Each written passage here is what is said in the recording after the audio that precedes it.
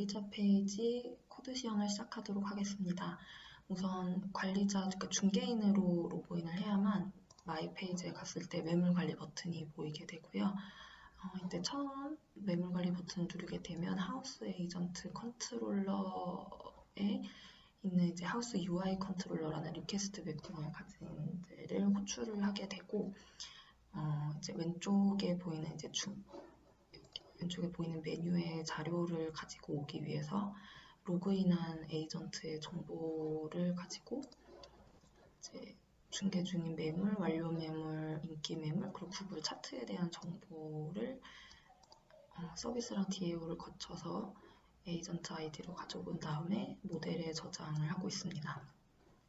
처음에 매물 관리 버튼을 클릭해서 들어오게 되면 워크라는 값은 이제 널이기 때문에 이 부분은 타지 않고 바로 하우스 에이전트라는 뷰로 가게 되고요.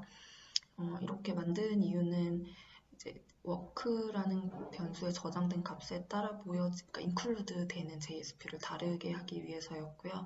그래서 워크에 값이 없으면 로그인한 중개인의 유저네임이 처음 여기 보이는 것처럼 보이게 되고, 이제 매물 등록이라던가 수정 버튼을 누르게 되면 이제 그에 맞춰서 include 되는 화면이 달라지게 됩니다.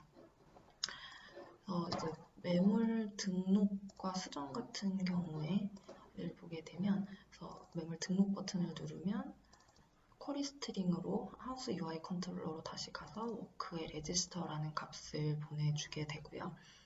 그리고 업데이트, 이제 여기 왼쪽에 보이는 테이블에서 로우 중에 하나를 업데이트하기 위해서 클릭하게 되면 워크에는 업데이트라는 값이 저장이 되고, 그리고 이제 이미 DB에 있는 데이터를 가져오고 와야 되기 때문에 H코드를 함께 보내고 있습니다. 그래서 이제 수정이나 등록 버튼을 눌러서 하우스 컨트롤러로 가서 워크의 값이 생기면 그에 맞는 화면을 보여주기 위해서 모델에 워크의 값을 저장하고, 업데이트 같은 경우는 이제 이렇게 H코드를 받아서 관련된 정보를 모델에 저장을 한 다음에 다시 하우스 에이전트로 돌아가고 있습니다. 이제 등록과 수정 같은 경우는 이제 둘 다 하우스 매니징이라는 리퀘스트 매핑 호출하게 되는데요. 이때도 워크 타입이라는 걸 레스트로 같이 보내서 패스 베리어블로 받은 다음에 이 워크 타입이 포스트면 하우스 레지스터로 가게 되고요. 포스트가 아니면 업데이트 푸시 돼서 하우스 업데이트 서비스에 있는 메소드를 호출해서 매물을 수정을 하게 됩니다. 그래서 이 작업이 성공을 해서 n이 1이 되고, 사진이 널이 아니면 이제 실제로 이 경로에 가서 등록하는 사진도 저장을 하게 되어 있습니다. 그래서 화면에 클라이언트에서 가지고 오는 정보는 그 타입 외에 이제 멀티파트 파일 타입인 이제 이미지 사진 파일이 있고요. 그리고 다른 바이너리 데이터를 제외한 다른 데이터들은 다 해시맵으로 받아서 저희 매물 관련 테이블이 일반 정보가 들어있는 하우스 인포 테이블이 있고, 가격 정보가 있는 하우스 프라이스, 부가적인 정보가 있는 하우스 옵션 테이블 3개로 되어 있어서 DTO도 3개로 관리를 하고 있고요. 맵에서 꺼내서 맞는 테이블 안에 넣어서 조합을 한 뒤에 이렇게 보내고 있습니다. 그리고 이제 이 등록이나 수정을 할 때 이 이미지가 있기 때문에 저희는 아파치에서 제공하는 파일 업로드 라이브러리랑 IO 라이브러리를 사용을 했습니다. 여기 보면 커먼스 파일 업로드, 커먼스 IO를 사용을 했고요. 그리고 이걸 AJAX 처리를 해서 여기 보면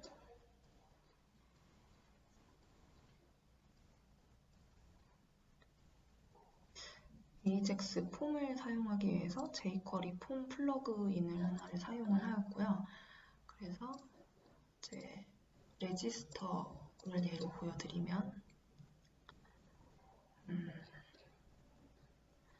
폼을 서밋을 할 때 바로 AJAX 폼이라는 것을 사용을 해서 비동기 처리하도록 하였습니다. 그리고 매물 등록과 수정이 성공을 하면 성공했다는 메시지, 실패했으면 실패했다는 메시지를 유저한테 보여지게 했고요. 등록과 수정이 끝나면 이제 화면은 리드 온리로 변하도록 처리하였습니다. 그다음에 매물 삭제 같은 경우도 비동기 처리하였는데요. 매물 삭제를 보여드리면 저희는 매물 삭제가 한 번에 하나씩 삭제할 수도 있고 체크박스를 이용해서 여러 개를 한꺼번에 선택을 해서 삭제를 할 수도 있습니다.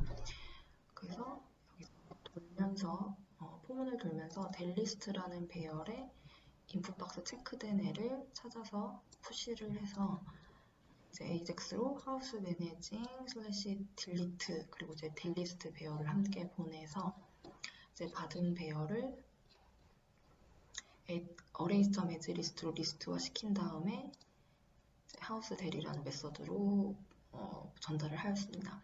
그래서 이 n값은 한꺼번에 여러 개를 삭제하는 경우에는 이제 1보다 큰 수가 걸 수 있어서 리턴 값은 0보다 큰 경우에는 코드처럼 1을 리턴을 하고 실패한 경우에는 0을 리턴을 해서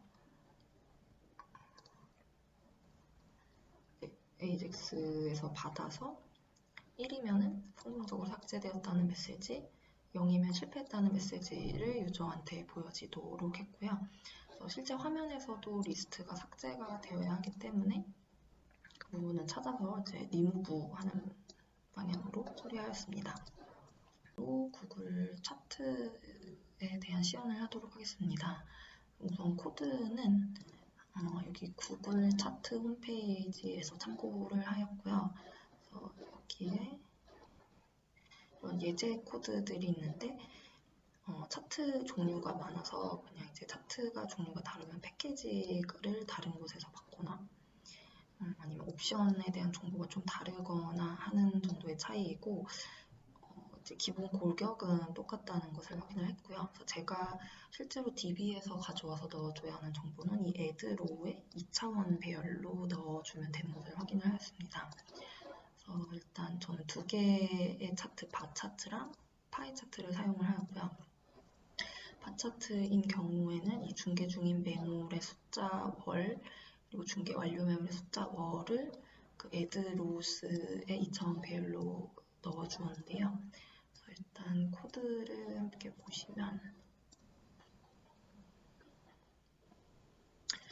일단 실적의 바 차트는 이렇게 제가 사용하는 이 원스 중계 중인 매물 완료 매물은 이제 다 넘버로 숫자이기 때문에 넘버 타입으로 지정을 해주었고요. 에드로우스는 제가 2차원 배열을 오픈 아이템즈라는 변수로 만들어서 이렇게 넣어주었습니다. 그래서 만들 때에는 오픈 아이템즈를 어레이로 만들 것이라고 선언을 하고 일단 months라는 변수에 월에 대한 1월부터 12월까지 값을 저장을 했는데 제가 DB에서 가지고 오는 월의 형식이 다 두 자리로 되어 있어서 일단 그것을 맞추기 위해서 두 자리가 아닌 월은 이제 앞에 0을 붙여서 만들었고요.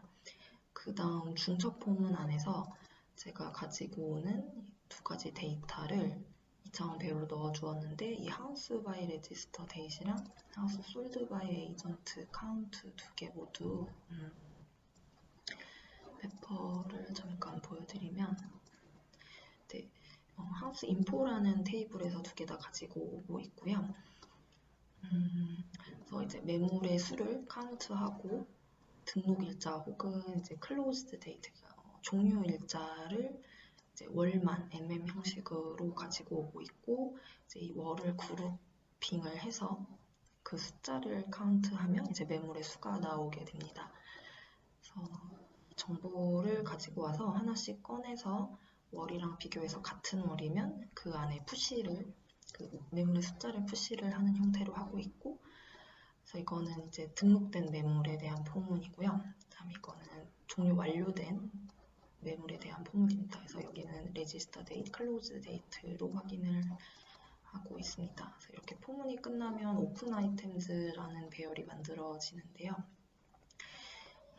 대신 이게 제가 아직 데이터가 많이 없다 보니까 이 나머지 월에 대한 정보가 없는데 이제 너를 넣어주지 않으면 아예 여기까지 보이지 않아서 1월부터 12월이 있다는 이 전체 모습을 보여주고 싶어서 빈 곳은 이제 다시 포문을 돌면서 너를 넣어주는 작업을 거친 후에 이제 완성된 2차원 배열을 레드로즈라는 메서드 인자로 넣어서 처리를 하였습니다. 그리고 기 매물 차트는 파이 차트를 사용을 하였는데요. 이것도 동일하게 DB에서 가져온 정보를 로우즈라는 배열을 만들고 이 안에 값을 넣으면서 2차원 배열을 완성을 해서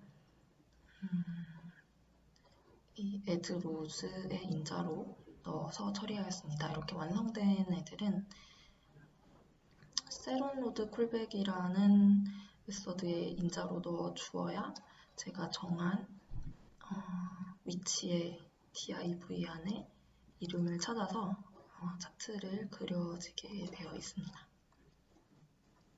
네, 이것으로 시연을 마치도록 하겠습니다.